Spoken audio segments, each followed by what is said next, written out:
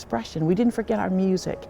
ABC7 presents Our Chicago, Freedom Music, with Cheryl Burton and Terrell Brown.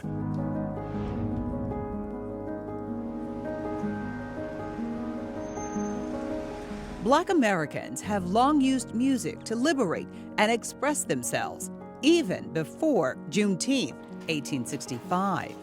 I told myself.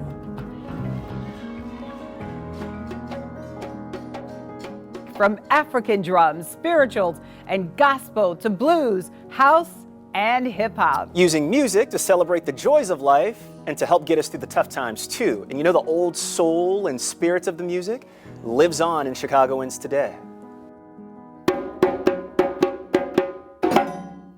Right on it. Do, do, do, do, do, do, do.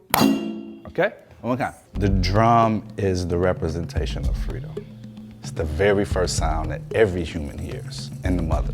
It's the heartbeat. Fila, Saba, Nani. Drumming is important because of its communicative power. During those times of the transatlantic slave trade, they took drums from us. They didn't want us to speak our language. And if you had a drum, they would actually cut your hands off.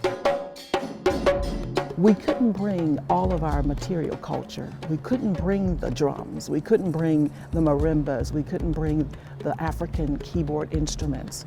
But we brought our immaterial culture. We didn't forget who we were. We didn't forget our expression. We didn't forget our music.